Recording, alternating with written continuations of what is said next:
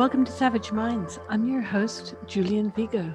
Today we have two parents from Genspect, Dee and Marie.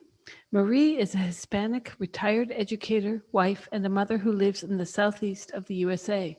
She is currently a leader in her state for parents of rapid-onset gender dysphoria kids. Dee is the mother of a 17-year-old daughter with rapid-onset gender dysphoria. She and her partner adopted their daughter and her younger sister from China when she was 13 months old, at 15 pounds, unable to crawl or hold a bottle. As a toddler, her daughter suffered night terrors and vivid flashbacks. She has been diagnosed with pre-adoption trauma. Dee and Marie represent Genspect. I welcome Dee and Marie to Savage Minds.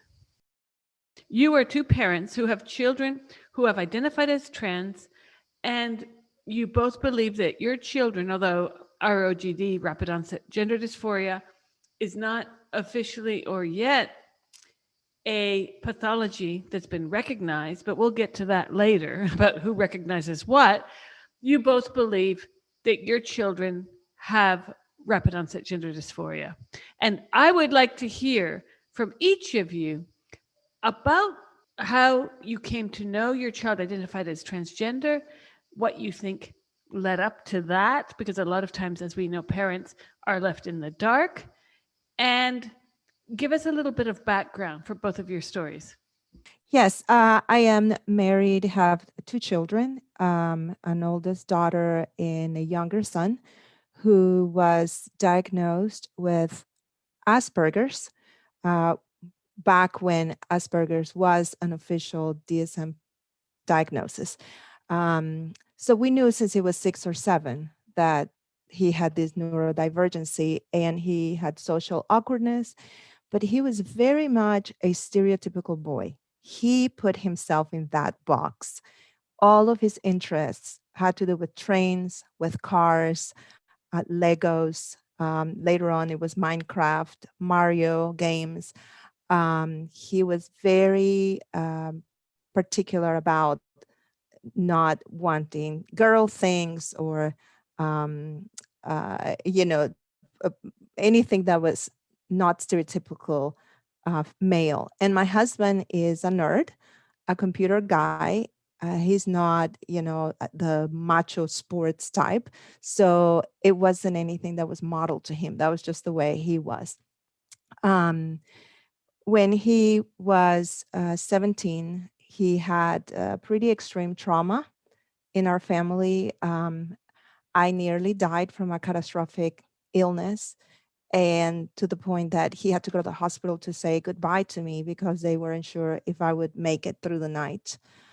And after that trauma, we noticed that he became very depressed. He went into his room, basically just shut himself from the rest of the family.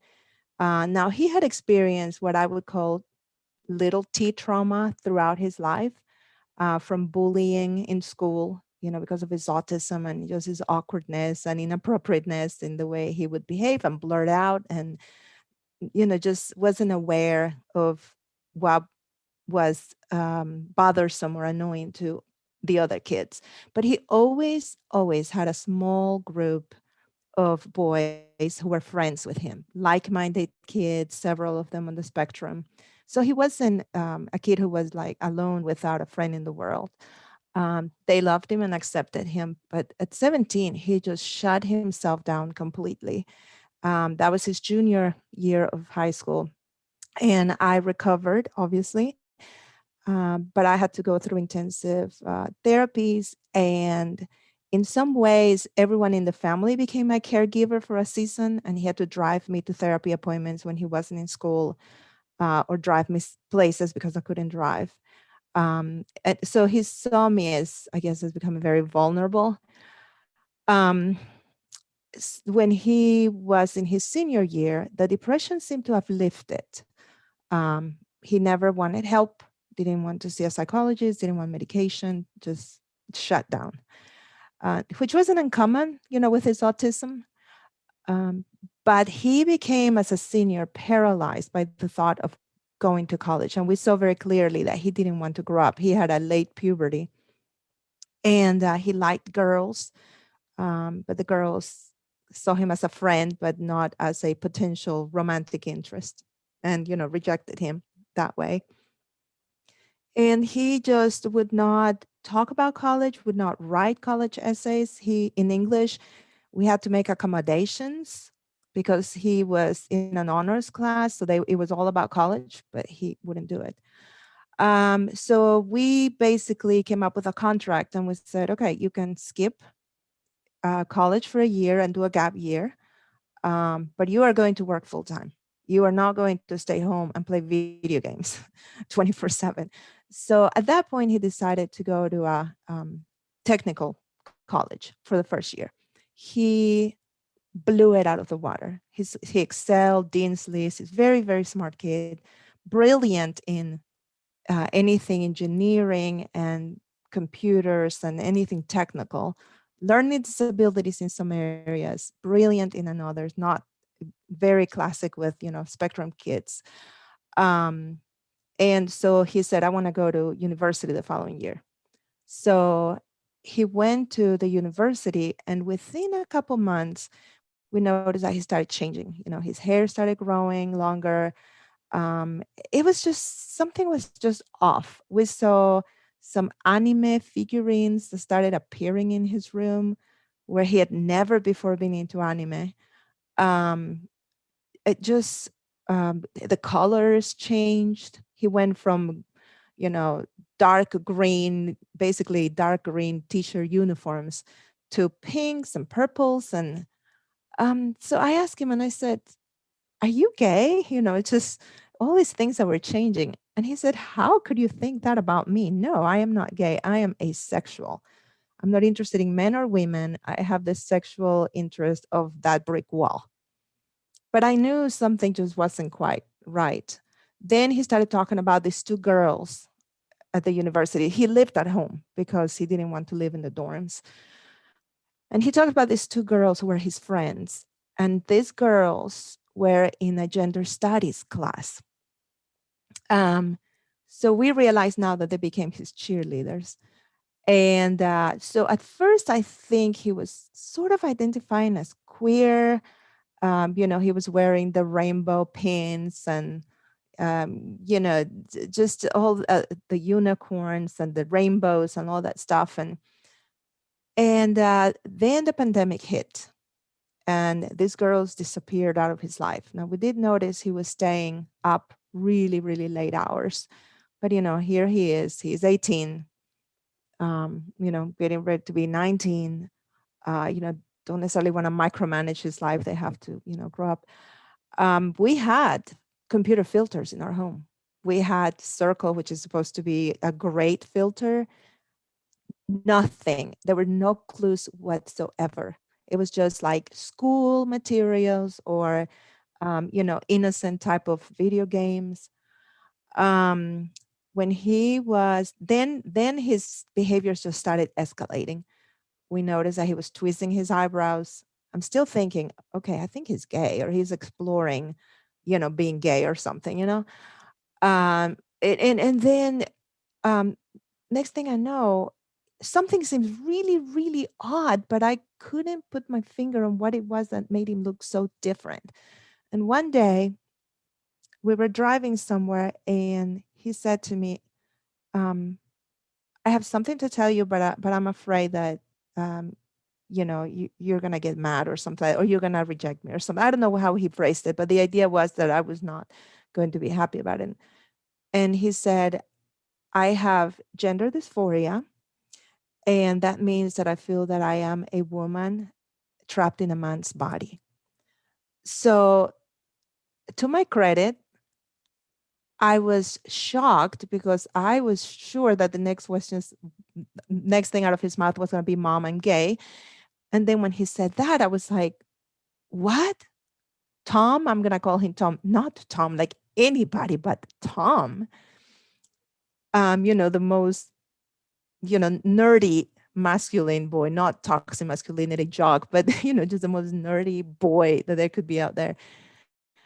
I asked him, what does that mean? And how long have you known this? And where do you see yourself going from here? And he he was just still telling me, I'm confused and I am exploring it. And I am, I'm very scared, very, very scared about it. But I just feel this is so strong. And he started mentioning all these things for why he thought he was a woman, which were crazy. Like, I am sensitive. Yeah, your dad is too. I'm like a really nice guy. And, yeah, your dad is too. I mean, I'm not like sporty. And so everything he would say, I was like, that's the way. And then he said other things like, I've always been uncomfortable in my body. I said, because you felt like a woman. No, not that. Just the way my body fit with my head and the way my arms. I said, that's autism. I said, you had to have therapy when you were little for years to connect your body with how you felt and your spatial ability and your interoception and all this stuff. No, no, no, no. So, kind of speeding it up from that point, I vetted several mental health providers, about three, um, to make sure that they were non affirming, that they were not just going to take this delusion and run with it. And all three were acceptable to us. We offered therapy, and he said yes, he would take it. And then he chose the person that he wanted to meet with, and this was a a PhD therapist who his approach was wait, see, push the pause button, let's explore other things, and my goal is to keep him safe. Safe from medical. Yeah. Yes. Yes. So he very much was in the watchful waiting approach, 100%. So he saw this therapist for a year, um, refusing to engage on anything that was not trans. Didn't want to discuss autism. He was officially diagnosed with depression, would not talk to a psychiatrist or get on medication because hashtag trans. Everything is a trans exception and everything is the trans reason. Would not talk about trauma, would not talk about anything that was not what he's finding on the internet, what he's, and this therapist had a wonderful working relationship with us. Our son knew that we would go talk to him and he would give permission of what he could share with us. And honestly, he was using the therapist to feed us, what he didn't want to say to us. But it was good because we were getting a lot of good information. But at 1 year of seeing the therapist, against all advice, he went to an OBGYN out of state, and on the first visit got hormones. He got testosterone blocking injections, and he got spironolactone, and he got estrogen, estradiol. Um, and within like 8 weeks, his body started changing. And we had drawn a line in the sand that said, okay, you can dress however you want, whatever, the hair, the eyebrows, the whatever. Okay, we did have an agreement coming out of your room. We want neutral gender. We didn't. We were not okay with him being like all femme, and we were neutral on what we called him to. Um, but hormones are a no-no. If you do hormones, you can't live here in our home, because to us they're drugs. They may be, you might have a prescription for them, but it's no different than if you were doing illegal drugs. You're harming your body. It is hurting you. You know what he told me? It's just, it's going to go to the delusion, the depth of the delusion, what these kids are being told. He said, these hormones will not harm me because I am a woman. I am putting in my body what my body needs and it's not producing. Those studies that you mentioned, that's for the people who are not really women. These are the people who think they're women or who think they're trans, but they're really not. So to wrap this presentation, we see our son as both someone who is in a cult and someone who's also addicted to drugs and addicted to this delusion. He's not fully estranged from us, but we don't really communicate. He only answers texts if there's absolutely necessary and transactional. So we haven't seen him in like 2 months, but we know where he is and he's in a safe environment.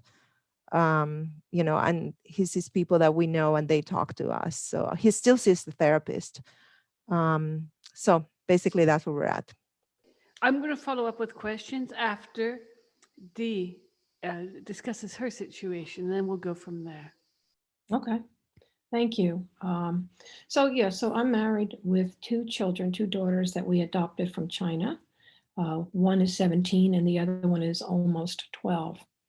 When we adopted the 17-year-old, she was 13 months old, weighed only 15 pounds, could not crawl or hold a bottle. We seriously thought that maybe her arms had been broken. We just didn't know.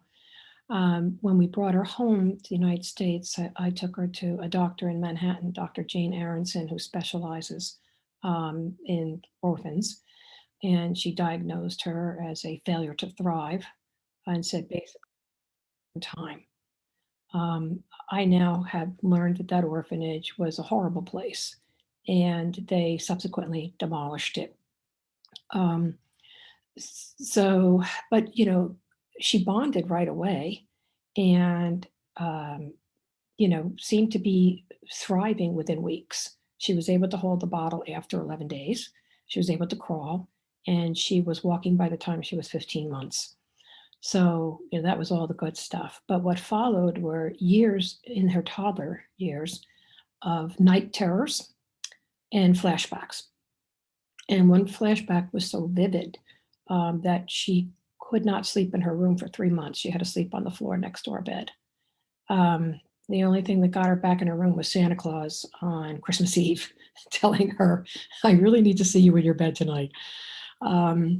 So by 8 years old, she took me aside and very diplomatically told me that she loved us and she knew we loved her, but she didn't want to hurt my feelings. But she felt that a piece of her heart was missing and she needed to know who she was. And that really blew me away. She had just turned 8 years old. So for the next year, she was preoccupied with the fact that she was adopted, and she was getting a lot of comments at school. Kids can be cruel. That's not your real mom. That's not your real dad. That's not your real sister. And she's a very gentle, empathic, sensitive child, and so that coupled with some racial microaggressions over the years, I think really built up.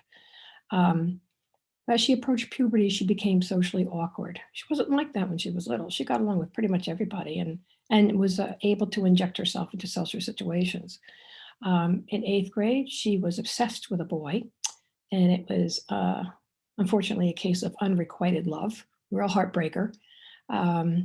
She was in a small private school until 8th grade. She had excellent grades. In fact, was some kind of presidential award recipient. But a couple of things started really escalating in 2016. I myself had major surgery. It wasn't the condition itself was life-threatening, but the surgery was not. And I was able to get through it with flying colors. And then the 2016 election really threw her into a tailspin. She came to me that morning and asked who won. And when I told her, she said, is he going to send me back? And I said, no, you're here. And we were actually domesticating the adoption the following month. And she was just an anxious, nervous wreck. She really thought the judge was going to throw down the gavel and send her back. And there was no talking her out of this. Fortunately, he said, you're a forever family. We're just dotting the I's and crossing the T's. But I started noticing some anxiety on her part. So she went from a tiny school to a large high school and, really didn't know anybody there, and then came upon a circle of friends that she seemed to like. And they seemed nice enough when we met them. But one of them started to stand out as being a little different with very short hair and gender non-conforming clothing. And things started really changing by the spring of 2019. Now, we had just come back from spring break, and she had just purchased several bikinis. In fact, I had to say no to several of her choices, and began the summer wearing those bathing suits to the pool. But in June of 2019, she declared herself as bisexual, which was a very awkward dinner conversation because our then 9-year-old wanted to know what that meant. And when I said, well, you like boys and girls, the 9-year-old declared that she was bisexual too. So now it's getting complicated. But the middle of the summer, but this friend was hanging around her more and more. And I became very concerned about my daughter's attachment to this child.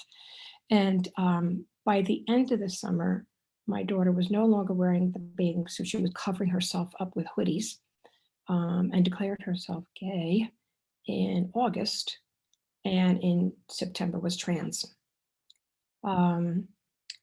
She was also suffering from anxiety and panic attacks. So we had taken her to the first therapist in September.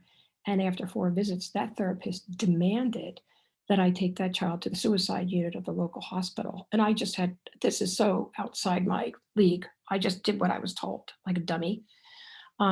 She was discharged the next day. She wasn't a threat. She didn't have a bona fide plan to kill herself.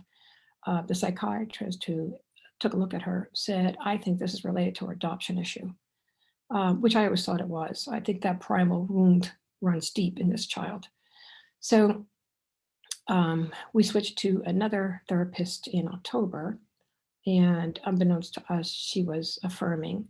But by February, that therapist basically said, I can't do this. I can't handle this. This is outside of my league. But just a month before, I had accessed her iPhone because I felt that she wasn't getting better, that it was getting worse. And I downloaded 300 screenshots of text messages between her and the friend, where she told the friend some really bizarre things like, my mother forced me to wear corsets. My mother forced me to wear dresses. My mother forced me to wear pink. And the friend's response, instead of just sympathizing, said, I hate your effing mother, or effing hate your mother. Your mother's textbook abusive. All your friends' mothers have a safe house for you. So that was among other things. I mean, and then this friend was showing her lesbian porn and was labeling her as a sexually dominant position. It was the confluence of emotions I can't even begin to describe. It was like a stab in the heart, but fear as well about what is going on. So we switched to another therapist who affirmed her on the very first visit. We fired her. So we went through 3. And then in March of 2020, after all the research I had been doing, I found Lisa Lippman, rapid-onset gender dysphoria. And this seemed to fit squarely into that description. And I contacted Sasha Ayad, who's very well known in this world. My husband and I had a great consult with her, and we had just selected a psychologist who specializes in body dysmorphia and anorexia because this has some similarities. And she said that was a good choice. And she's been treating our child since April 2020 on an almost weekly basis. And how old is your child now? 17.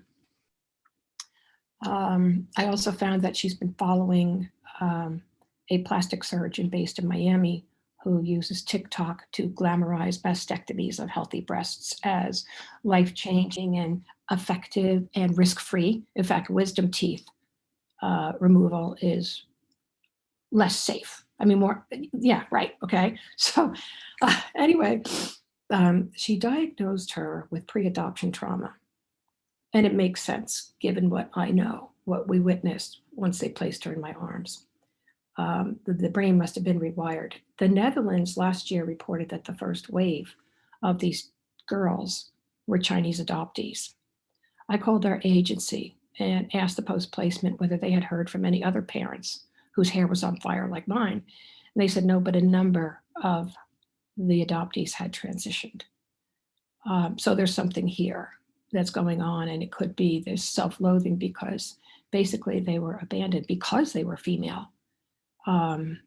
It seems like what happened. I mean, when you wrote that she could not hold a bottle, right? What happened to her? Did you find out? No, but the BBC did a documentary on one of these institutions, There weren't a whole lot of them. I can tell you that a lot of them were pretty good. My brother adopted from one, and the orphanage director not only invited them in, but took them out to lunch. We were not allowed to see the orphanage at all. But they did a documentary called The Dying Rooms. And it was what they call a social welfare institute that housed not only babies, but the elderly. And she was in one of those. So the elderly were dying and the babies were dying. They probably, like this documentary showed them in boxes, the babies were in boxes, and nobody held them. They just rested the bottle. So the baby had to kind of reach up with their head to get the bottle. I can't imagine, because it's too crazy for me to try to think how bad it could be, because it hurts so much. I hurt for her. She's in extraordinary emotional pain.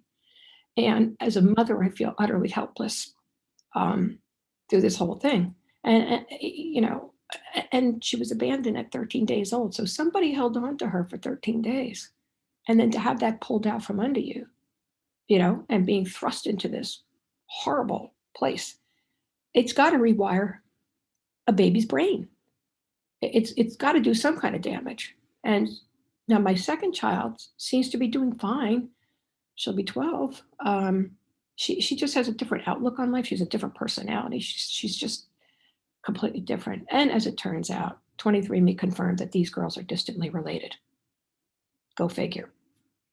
But who confirmed that they're distantly related? 23andMe, the DNA company. Oh, right. Okay. And in fact, my oldest crib mate is my youngest's third cousin. And I have other friends whose children are related to my youngest.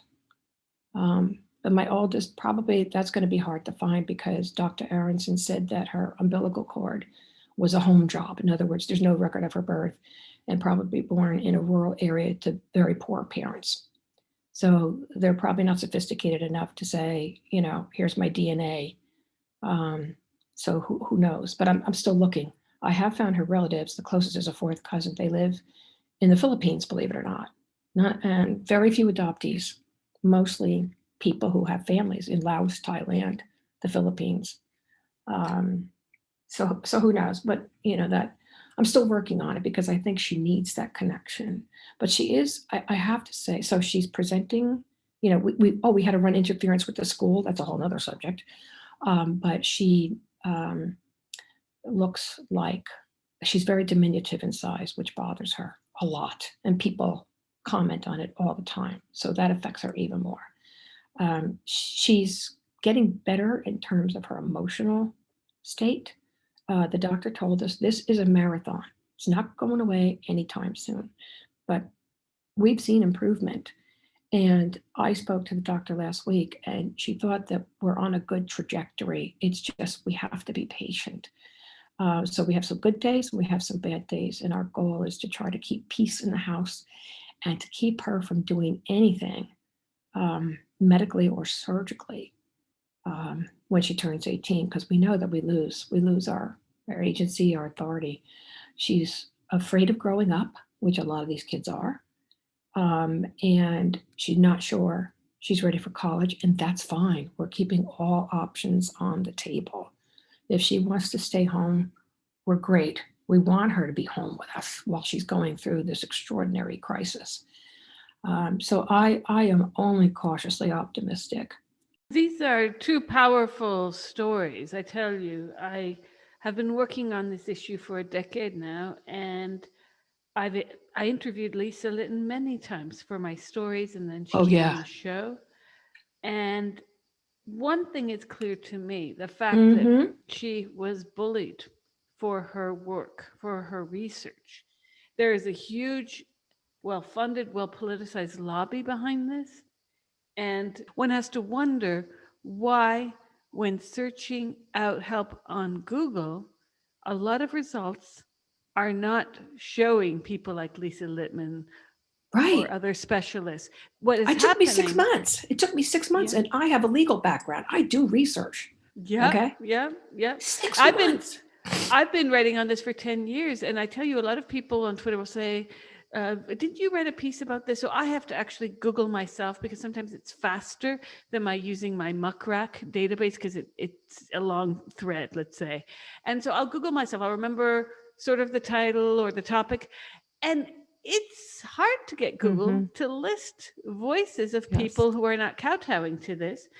And, when I spoke to Lisa the first time, I was aware that she was being no platformed, as it were, and her work was being questioned. Ethics were questioned when everything she did fit in with the ethics, such as there aren't studies being done on children that are actually being done on children per se. They do questionnaires through parents. So she was called out on something that is done for every single study of that nature. But forget facts, right? Because this is a lobby of forget facts. It's a cult. It's a cult. Well, it is. Yes, when you said it earlier, Marie, I thought about that because we've used this amongst many of the other women that I've spoken to over the years. We've referred this as a cult.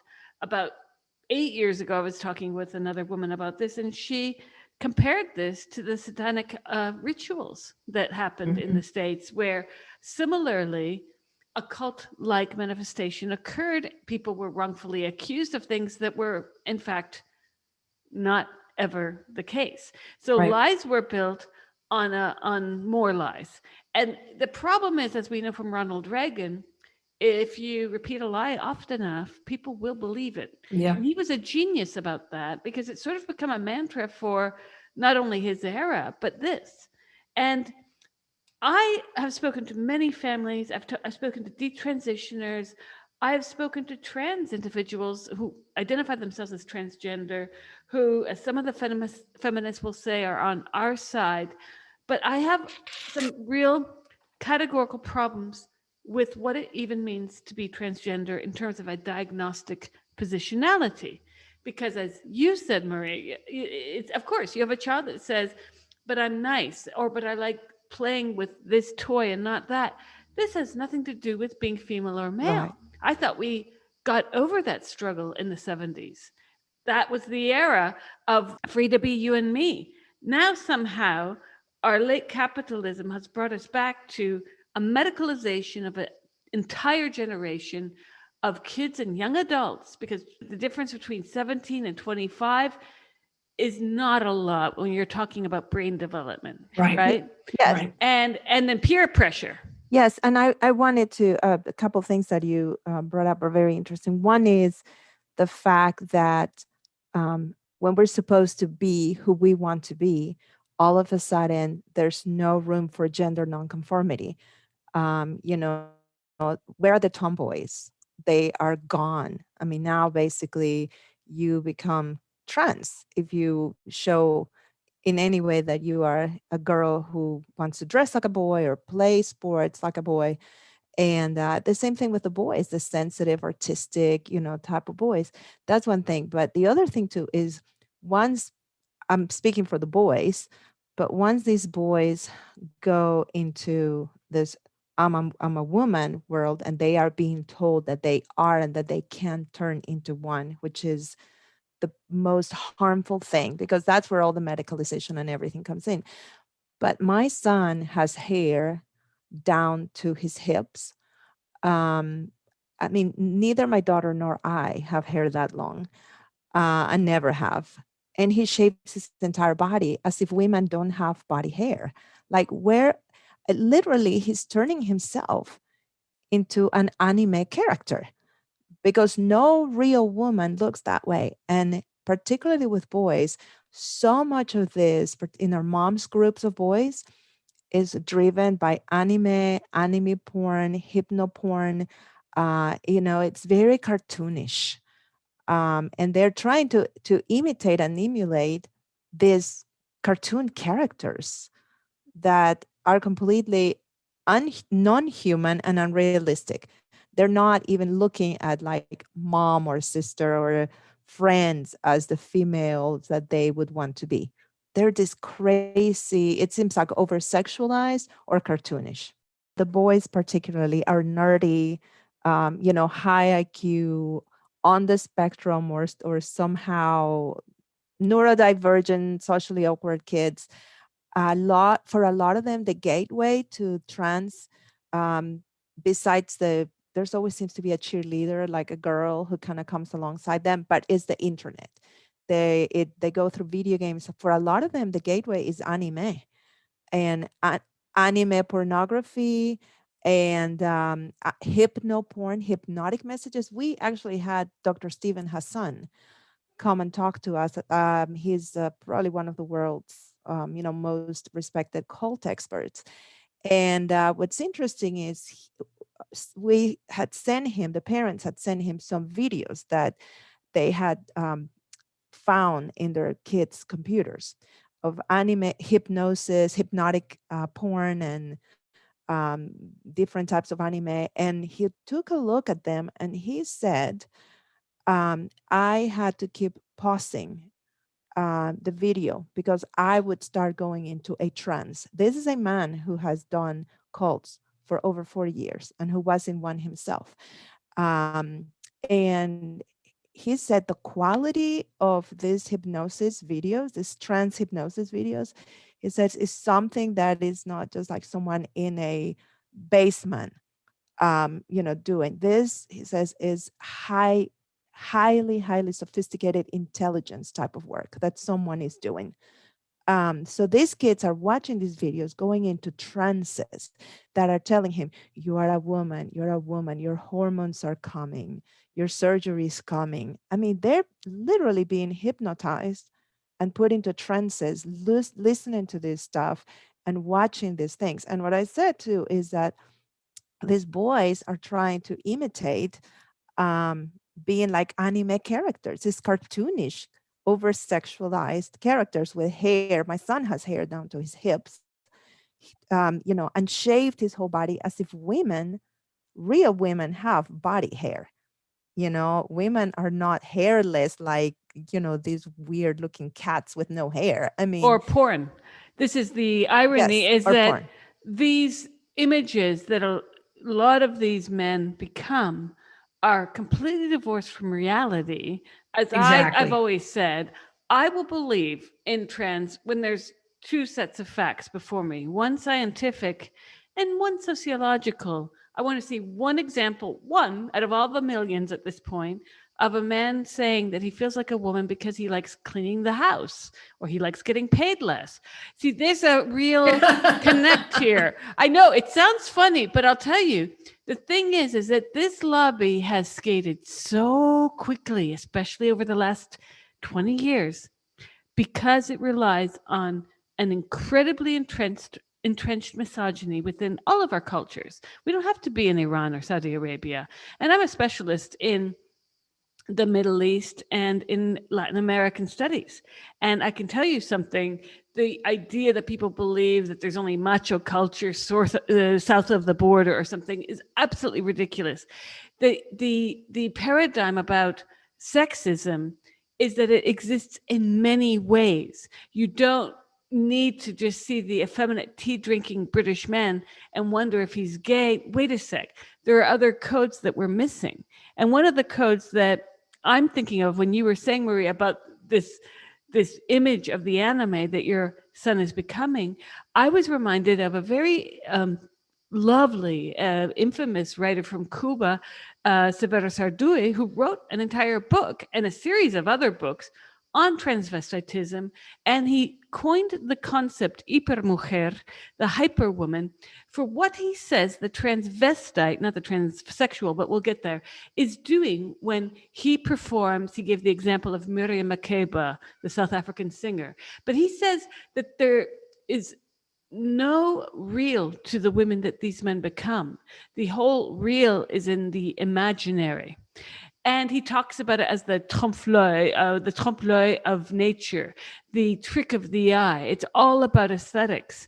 And this is something that has shocked me time and time again, because one of you mentioned, in fact, that this has a lot to do in common with anorexia, for instance, but no physician, no psychiatrist in their right mind would suggest that an anorexic is really fat and can you please stop eating? They're not going to put them on a diet and give them a diet pill. I mean, definitely not, right?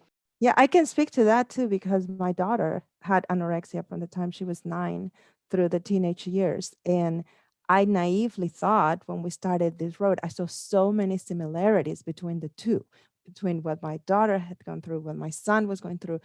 And I expected the same kind of logical, scientific, evidence-based approach to treating my son as had been given to my daughter. Like you said, I mean, and the thing about all the things that you mentioned, Julian, and what we're talking about, it would even be okay, if have these boys cross-dressing, be the new goth, be the whatever, go through their stages, sow their wild oats believing they were women for a season, and then grow up, and some would stay, trans, and most would not. The problem is the medicalization of it. That is the problem. That is the problem, that it goes from this social contagion fad. I mean, my son's mental health provider believes that this is a fad for my son. And this is a sexuality expert who's seen so many people come through his practice. And he's like, this is a fad. This is social contagion for him. But what's so dangerous is that he has doctors, you know, I don't even know if they buy into the delusion or just want to make money off of him or whatever. They're drinking the Kool-Aid. But the fact is, my son, my 21-year-old brilliant kid, is now being given medication that is not only changing his body, but causing a whole litany of potential health problems. And if he continues, he's been on it for about 7 months, he will be a medical patient for life. You're listening to Savage Minds, and we hope you're enjoying the show. Please consider subscribing. We don't accept any money from corporate or commercial sponsors, and we depend upon listeners and readers just like you. Now, back to our show.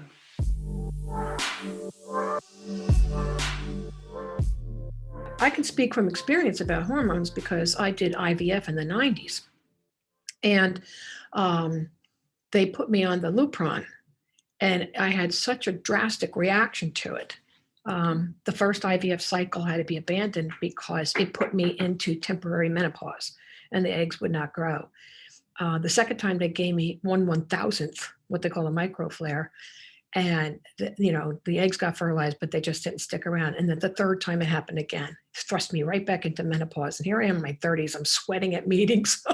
But then the worst part of it was that I started having heart rhythm issues on the third cycle. And I went to a cardiologist who told me that there was no question in her mind that these hormones were causing a problem. I still have the heart rhythm problem. I have to take medication every single day to avoid going into AFib with this stuff. I took Lupron as well about 10 years ago when I tried to get pregnant. And I did one cycle because when I took it, I thought I'm going crazy. That was my reaction to Lupron, was I'm losing my mind. When I read that they were using Lupron on children, I thought, are they out of their freaking minds? Because I'm a very centered, very stable, emotionally person. I don't like, things happen in my life and I don't tend to lose it. Thank God I had taken time off to do that cycle, but I decided then and there I would not do it again. As it turns out, it was not necessary, but because I later was able to get pregnant. But the reality is that these hormones for an adult woman are serious. I had a WTAF week of my life, and you have had serious health repercussions because of it. Right. And I don't know if it's going to shorten my lifespan. I have no idea. Plus, in addition, in my 20s, I was prescribed the birth control pill because my periods were so horrible. And I ended up almost going to the ER after the first month. And a doctor in New York said to me, you cannot take the pill. I don't care how low of a dose. In the future, they start prescribing lower dose. You cannot take it. You are on the verge of a heart attack or a stroke. You are one of the few women that cannot take hormones. Right. So we have a medical system that is complicit with this because as you know, you are aware now, this has been a scandal in the UK, in Australia, and New Zealand, but it's taken a little longer for us Americans to wake up to what's happening. A large There's part a lot of of it, money here. yeah, there's a lot of money. The Guardian in the US was paid $250,000 to cover the trans issue. I uncovered this last year. I wrote about it, Wow. but I'll tell you, I'm working on a new project about big pharma and its links to the whole rollout of vaccines for this virus we're living through. And one has to wonder why a major news hub, one of the most important, if not the biggest news agency on the planet, is hosting conferences for every big pharma this fall. And it's not just about COVID, it's also about these hormones, or the fact that we're given more information on those annoying restless leg syndrome infomercials from way back about the dangers of them than we are about these hormones, for which the dangers are actually quite severe and they're far greater.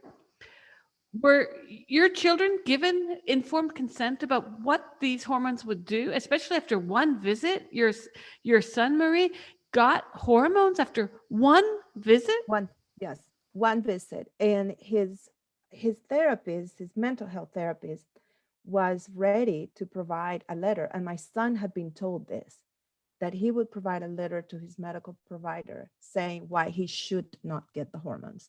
So my son went out of state.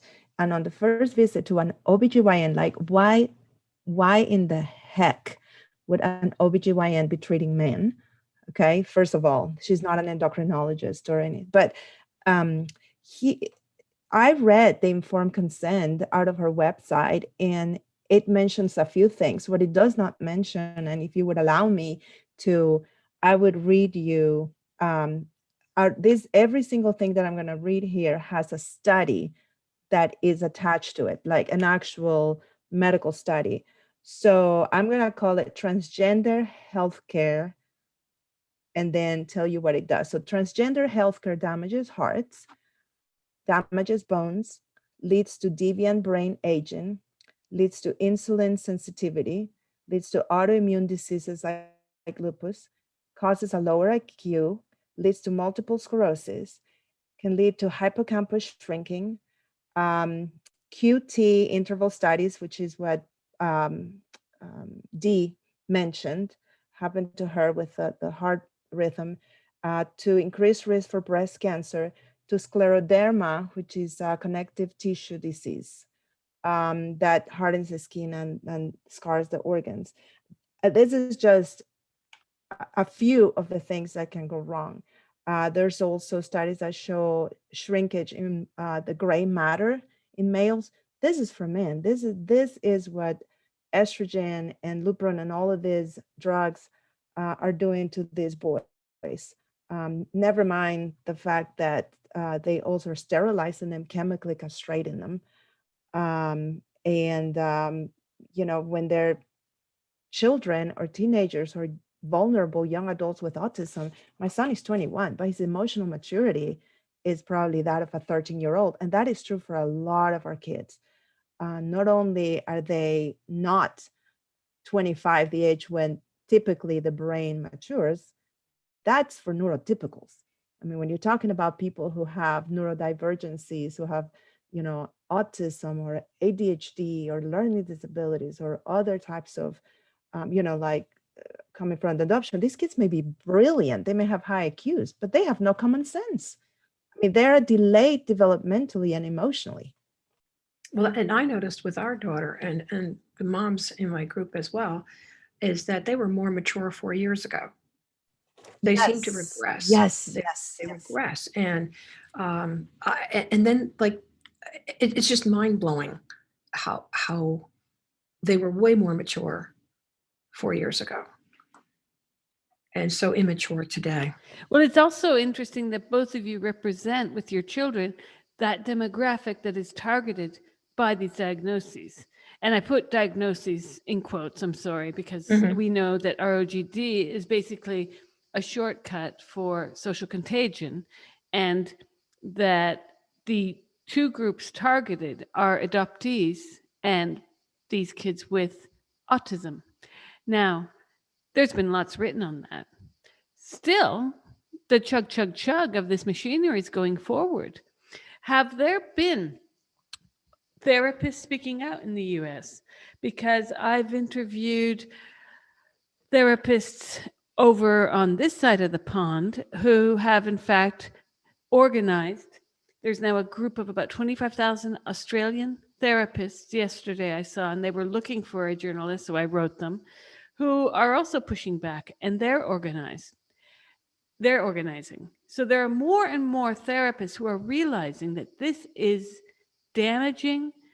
It is not based at all in science. It is not based at all in good therapeutic practice. I have spoken to therapists like Sue Evans, who was Oh, one yes, of I heard that. Yeah, she was one of the whistleblowers Yeah. at the Tavistock. And she was able to, with others, including her husband, highlight the ills of that institution. And it is crumbling down. So far, the High Court with the Cura Bell case has sustained that, in fact, children cannot give informed consent, but that's being challenged again. So we're waiting Yes. for that decision. But we have seen with the Rob Hoogland case in Canada as well, where parents are being demonized, and there's this very strange state takeover of children, as if, think back to what the Australian government did with Indigenous, or what the Canadian government did, hence the mass graves with Indigenous children there, where now we've got over 200 kids murdered, it looks like, in Canada. But instead, now the postmodern version of that is, we won't bother putting them in a prison or a Madeline laundry. We'll just call them trans. And this is being done now before our eyes. In fact, they're smarter about it because they're getting parents to foot the bill for all this as well. So there's no state cost. And you have a disproportionate number of adoptees and people with autism being diagnosed as such. You have groups like Planned Parenthood jumping onto this madness. Planned Parenthood. Oh, I wrote them a letter. Telling them I could no longer support them because this was not reproductive health, and they've returned to their eugenic roots. And it gets even more bizarre. I can tell you, as a matter of fact, in the state of New Jersey, under the New Jersey law against discrimination, and I have the statute right here in front of me. There is no affirmative duty for any school personnel to notify a student's parent or guardian of their gender identity or expression. And there may be instances where a parent disagrees with the student regarding the name and pronoun, and they may object to the change request, but school districts should consult their board attorney regarding the minor student's civil rights and protections under the NJ law against discrimination. Staff should continue to refer to the student in accordance with the student's chosen name and pronoun at school, and may consider providing resource information regarding family counseling and support services outside of the school district. And in addition, that board attorney will be rendering an opinion regarding whether the parents are violating their child's civil rights. It's a law. It's a police state, is what it's become. Yeah, we have a family in our parent group, boy group, whose son was taken at 16 out of their home because of him reporting it to the school. That's where it started. And this is a two-parent family. It's not like most of these cases happen when there's divorce custody cases, and then there's an affirming parent and a non-affirming parent. The courts always seem to side with the affirming parent. This is a mom and dad and children in the family because they would not go along with the name, with the changes, with affirming treatment. He was removed from their home, and it will probably blow up, and you'll hear about it. Was this a recent But case? yes. Oh yeah. It's happening. It was like a couple of weeks ago, about 2 weeks ago, right? Yeah. Yeah. They are right now at the stage of, waiting for a court date. The state wants to take their kids, and you're talking about the state not footing the bill. No, this case, the family, the Furman Glitter family that took their son in as foster family is getting hundreds and hundreds of dollars per month. So the state is footing the bill Well, footing in that some of side of these the things. And bill, there's also, but if they yeah, expect parents to foot the the therapy bills, they expect the parents to keep a roof over yes. these children's head. When it's interesting you note the regression, because I think this whole culture, the cult, is a regressive cult. It is adults, and you see this with people even in their 30s, and I've met some in their 40s. They want to go back and have a childhood again. And they do it through the auspices of a new identity. Come on, let's just look at other parallels that would have people laughing on the floor if it were a film, like the, character getting a red Corvette at the age of 60. There's so many parallels to what this means for, I'm talking about grown adults going back and doing this, but this is happening. I've seen it in the UK, where this transitioning for grown adults has become a replacement for the Corvette, or a replacement for going to an ashram in India. So people are trying to rediscover themselves. And something that you said earlier on, both of you, when the secret, the coming out, this is a very strange cut and paste from my community, because I never even got it when people would say, "When did you come out?" And I'm like, "I've always been out." Like, what is this? I don't like the performative nature that I'm expected to pull for people of these coming out stories. The reality is that the trans lobby has replicated in a very weird way the coming out story, because the idea is that everyone comes out. Well, I have news for the world. Most people today aren't really coming out because no one really cares. In fact, our sexuality is the least interesting thing about us. And if it isn't, you're a boring person. You know what I mean? So Right. I think that this kind of secrecy, and what you're describing from the schools, and that's not the only state that's doing this, by the way, there are other Right. states that are imposing secrecy. I have to say, how dare they? Because at the same stroke as that is written into law, you have the assumption that parents are supposed to be doing A, B, and C on the list of must-dos on all the Maslow hierarchies of needs for their children, and are ultimately responsible for their physical well-being, their emotional well-being. Wait a sec. That's a contradiction right there. And then the other contradiction with conversion therapy laws that are coming up. You can't possibly affirm your child as a gay child if the transitioning of their bodies is also being mandated as a must. They conflict. So we've got this very strange panorama around us, where we're seeing this will to jump back to the 1980s or something, or the 1990s maybe, of people having their coming out story, that even in the gay community in the West Village, when I was living there then, did not impress me, because the West Village was a place of gayness 40 years before. Like, people were gay during the war. When you start to read about where Billie Holiday sang, it's a fascinating history, because it wasn't the ghetto that Hollywood films of the last 30 years would have us believe. But whatever, we are now seeing all of these kids like yours and many others trying to create a new persona for themselves. Hence your references to anime, this whole remapping of their lives, this truncation. Hence your daughter says lies about you to her friend in a chat, because they want to deny the past. There's something very perverse socially about what's in the Yeah. midst of this movement. And they're not only denying, they're rewriting it. Yeah. They're Yes. rewriting. And to go back to your original question, the psychotherapists here in the United States, I don't see any movement. In fact, I myself went back into therapy when this stuff blew up, and I had to teach my own therapist about what this is. And now he's on board, and he thinks there is going to be some pushback, but it's going to take some time. But many in that field could lose their positions. They're in practices, and if they come out against it, their license may be on the line from what I'm told. Oh, in some states, they could So- go to jail. You can go to Right, jail if you right. tell a Because it could be child. called conversion therapy. Exactly. So how can you have, let's say, Marie, your son, as you initially thought that he was gay, let's say he is gay, and he goes to a therapist that says, I think you might be gay and have issues with your body, you might have issues with accepting your sexuality. That therapist, in some parts of the world, will face 10 years in prison. This is currently the law that's being pushed in Ireland. Well, it's the law that passed in our city just recently, for minors. So wait a minute, was it just for minors? No, for anybody actually. Yeah. So conversion therapy was banned in my city.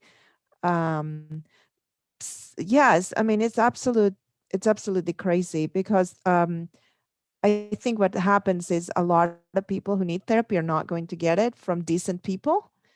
And, then the ones who are drinking the Kool-Aid and just going along with it, they're just going to affirm, and send them on that path towards medicalization.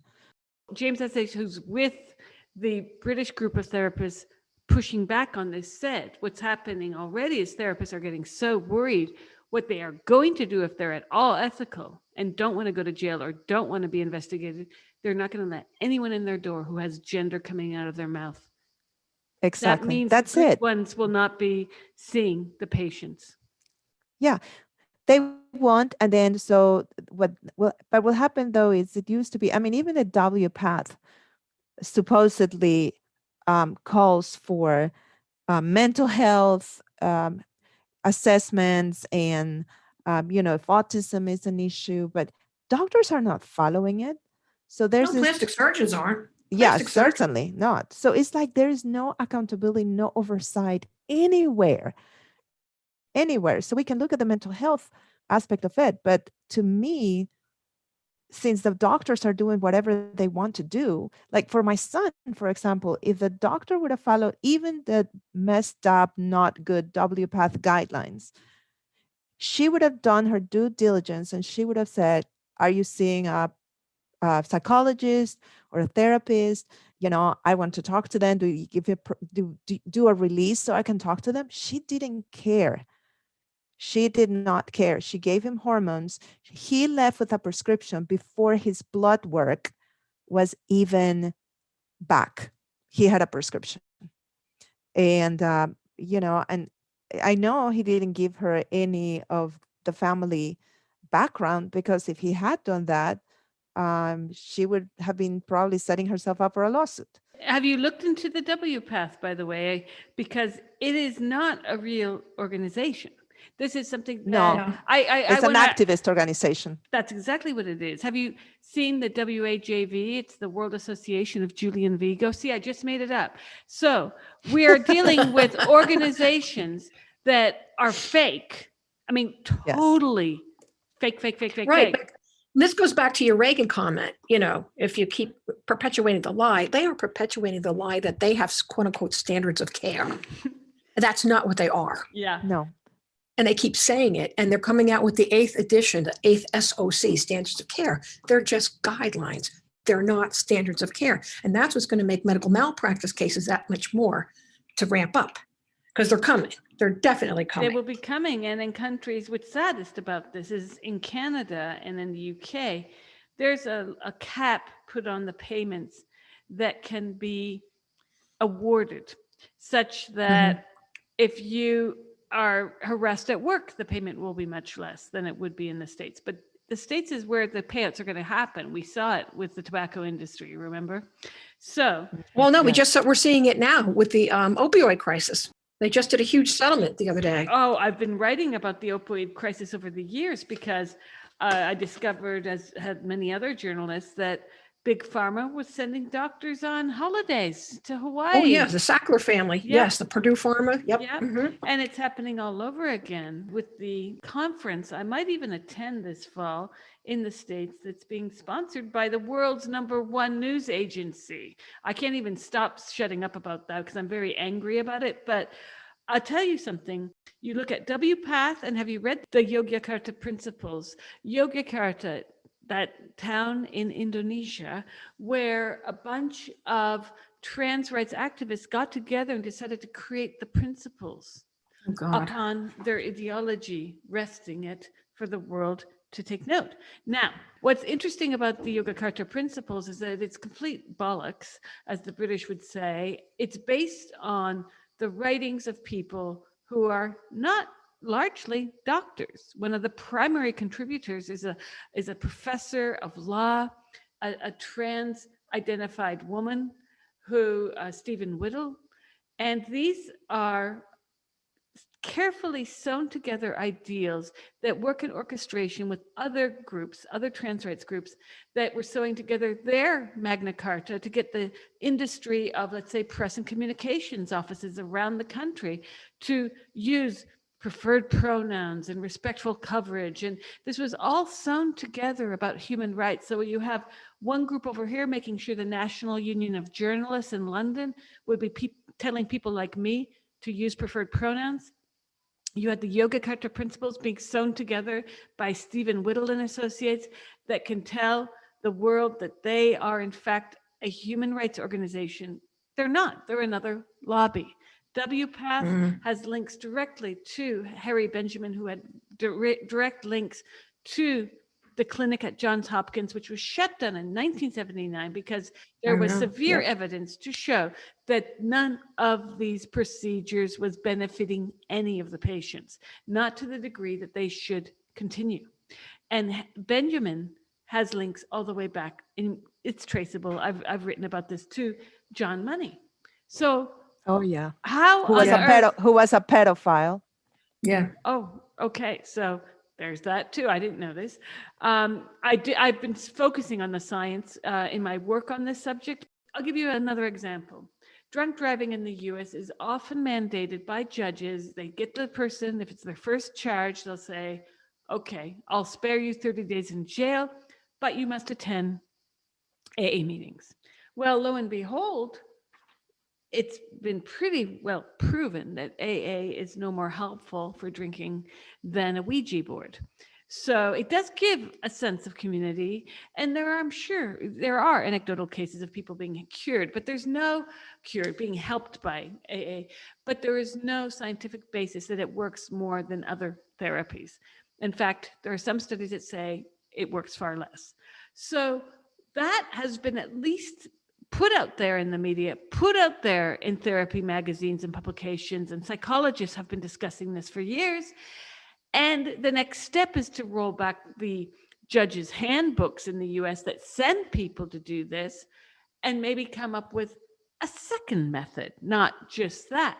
But this particular subject of what has happened to your children is not even allowed to get that far. You see, Rob Hoogland is now pretty much banned from speaking to the media. You have women getting kicked off Twitter for saying he, when referring to a man who's threatening to rape her. Somehow Twitter thinks the rape threats are okay, but the woman's kicked off. We've been there, seen that.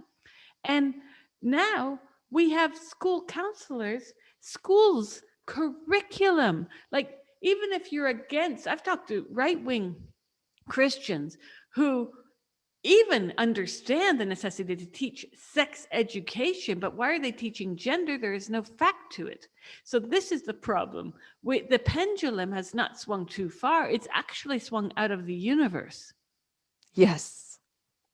It's all logic, but that's, again, the thing that helped me the most to understand this was talking to Stephen Hassan and just framing all of this into a cult. It's like massive delusion. Yes. And the scientists and the doctors and the therapists and government and media and education and everybody is like buying into this massive delusion. Like they're all like in some sort of post-apocalyptic mind state. But you can't keep ignoring the detransitioners who are growing every day. And I honestly think it's going to be a combination of detransitioners and parents and, people like you, Julian, speaking out. The good news is we are getting heard more. I mean, if you compare even Twitter and podcasts and things like that with a year ago. Like, I know you've been doing this for several, years, but you were kind of alone doing this for several years. Right now, there's a lot of people who are starting to speak out about it. And maybe it's because Dee and I move in this circle of parents that we're hearing it a lot, but I think it's starting to trickle down. Where people are saying, why is this being pushed down our throats? Why would you have Nina West doing a pride parade in Blue's Clues to toddlers? I mean, what is that all about? I think they're pushing so hard that they're starting to get some pushback. Yeah, it's interesting about Stephen Hassan. I had started reading his book earlier this year, and I connected with the mother of the child who helped get my daughter down the rabbit hole. And she was reading Hassan's book at the same time. And then a month later, Maria Keffler, who's from Partners for Ethical Care, came out with a book called Decyst, Detrans, and Detox: How to Get Your Child Out of the Transgender Cult. And the mother, I gave her a copy of the book, and she asked why I was reading Hassan's, and I said, well, I thought it was a cult. She said, it is because I myself was in a cult when I was younger. And so she recognized all the signs of the cult. Well, let's deconstruct cult for a moment, because what's interesting is we see cult, and I'm sure your children would say, but they're my friends, but they support me. And Mom, you kicked me out of the house. So you're not, they'll guilt trip, they'll do the whole thing. The way we see cults is somehow this exceptional, subterranean, concealed, or secretive group of people. They don't represent, obviously, a large tranche of society, hence they're a cult and not society. And we tend to view cults negatively because they're hidden and because there's so few members. And I'm sure cult members, I don't know if there's ever been a documentary made about cult members that like their cult, but what's pernicious about this particular cult is that it's completely based on lies. I mean, you think of Jim Jones. I mean, what kind of promises did he give to those people before they literally drank that Kool-Aid? Mm-hmm. He was telling at least half-truths. I mean, it's a horrible thing what he did, but this cult has zero truth to it. I was writing years ago about this doctor in LA who was telling parents and other clinicians at various meetings that children know as young as 1 if they are trans. They will rip out their barrettes if they are a girl thinking they're a boy. Aaron said, yeah. That's right. Yeah. I'm talking about. And then, I infiltrated one of the trans groups that was created by Jazz Jennings' mother, and my jaw fell to the floor. And I refused to watch the Jazz Jennings show. I've watched clips for things I've had to write, because I think that itself is some kind of carnival/circus. It's cruel that even I have to wonder, I believe Bravo produced it, but how was this ethically passed? And what will they do when they get the lawsuits? Oh, yeah. Because this was a very cruel social act of torture of this child. I think he has had and still has so many problems. I just saw a picture of him the other week. He is now becoming extremely unhealthily obese. Yeah, I saw that. And this is not, he was never the picture of happiness. He was the picture of someone being very carefully coerced down this path. And I'm not one to blame parents for this. I blame the media. I blame the media more than the doctors, because at a certain point, the doctors must do what the patient must want. And the media has pumped this. So we see very few resources for parents. I started to get email within 1 day of the publication of my first piece in 2013. And I published it with Counterpunch, which is based in California. And when I published it, one of the people I interviewed was harassed. This was a person who led a gay and lesbian center in London, and he got pushback from a trans person that worked at the organization he led. He asked me to remove what he had said. And I said, I'm not going to do that, because we spoke in good faith. And I saw very quickly that if my subjects of the article were being harassed, what was I going to face? Well, that was day one when I hadn't yet received the death threats. A week later, over 100 death and rape threats later, I understood the pressure. So we have absolutely no support for parents who were writing me in droves. They still do. But I think my piece was the first piece they had read on this subject, and they were flipped out. Parents in Canada saying, every doctor here is confirming, and I don't know what to do. And I felt very helpless because I would start to get online and look for a therapist near them and even call up the therapist and say, what is your approach to this? Like, it was insane. I'm a journalist, but I was trying to help parents because clearly, even today, it's verboten to suggest that the watchful waiting method might be the best. This is the method that's used in the Netherlands. This is the method that more and more is being adopted as countries are getting very worried about lawsuits, where in socialist medicine countries will rip the structure of that economy apart.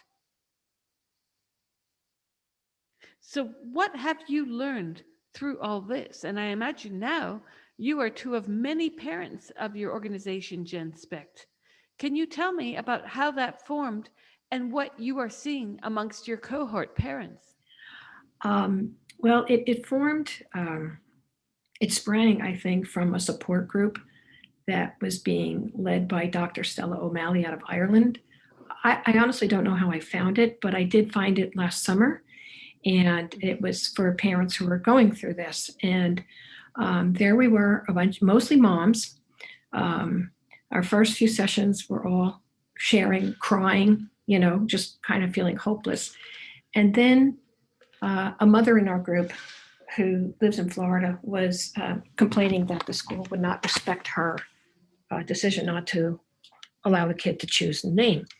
And she said it was a school board policy. So I jumped on that website for that county and I saw it was not, in fact, a written policy. So this was somebody behind the scenes who drafted her own policy. But I wrote a letter for that mom to that school director and told her how vulnerable the child was, in the voice of the mother, right? Well, the school listened and they backed down. So the next thing, Dr. O'Malley asked me to send her a copy of that letter. And before I knew it, it was circulating all over the country. I stopped being despondent. I stopped crying and I got angry. I got really angry and I became an activist. And so did the other moms in our group. We have so much talent. We've got research physicists. We've got media specialists. And the next thing we realized we can pull ourselves together and pool our talents to come up with this amazing organization. And it was done in relatively short period of time. I'd say about 3 months. But Yes. we just pulled it all together, and it's been well received, and it's still in its nascent stages. We've got plans to do a lot more than what you see right now. How many of you are there in the group? Oh, I honestly don't know because there's a core team. You can see that on the website. You can see who the core team is and you can see who the advisors are. But behind that, there's a wall of other people that are out there looking for opportunities to advance the mission. And it's international. It is international. We're we're Australia and Canada and Europe and United States. That's just right off the top of my head. Yeah. Mm-hmm. Brazil, yeah. And it's going to get larger. In all my research, one common thread flows through this, what you are sadly experiencing. And it's a strange thing for me to say because I'm a leftist. I see a relationship between the kinds of people identifying as transgender and economic class. yes. Primarily. I don't want to say this as a rule, but I'm not seeing a lot of poor people do this. I'm not seeing many people from the lower middle class doing this. I'm seeing this coming from the middle class, the upper middle class, and above. With one exception, and that is children in foster systems are actually, what we're hearing is they're being preyed upon, okay, by people with an agenda. And that's scary. That's scary stuff because these kids are already disadvantaged. Mm-hmm. Yes, I when Dee was talking, I was thinking about that when she was saying we are talented. Literally, almost all the parents in our groups are parents who have a college education, at least a 4-year college education. We have advanced degrees, we have PhDs, we have medical people, very, very bright people. And like there was a survey that was done of our boys. I think about 60 plus parents responded, and there was something like almost 80% of or 85% of the boys had IQs above 130. Brilliant kids. So these are like very smart kids, from smart parents and families, professional, there are some people who are very affluent, and it's almost like these kids just have this entitlement. It's a whole other show, but a lot of the trends, and I didn't talk about this, was my son started at the same time, or maybe even before he started talking about trends, he started talking about critical theories. He became a socialist. He was like down with the man and down with the structures and down with everything. And this is a spoiled kid, entitled, who's got everything given to him, sitting with his expensive computer equipment, becoming a socialist, and thinking that the world owes him everything. I mean, the cognitive dissonance is out of the world. And I agree with you. I think it is an affluent where it breeds socially. It is, I think, a quote unquote disease of affluence that is hitting these kids. Unless, like Dee said, they are being preyed upon. Now, this hasn't taken root in South America, for example. The International Monetary Fund with the UN try to push it on a lot of these South American countries. And basically, yes, the mothers and fathers and grandparents, and they went on the street and they created this incredible campaign called Con mis hijos no te metas, don't mess with my kids. And it was so successful that nobody, I mean, it was like governments, even leftist governments that basically are very progressive and very woke, or try to be, could not withstand the pressure from those families. And honestly, I think if I've said this before, I think that we need to be more afraid of what is happening to our children than we are of being canceled. Now, parents with younger kids are very vulnerable because their kids can be taken away from them. Um, but, I think that more parents, more neighbors, more community need to rise up against this, like the parents did in South America, and we would succeed.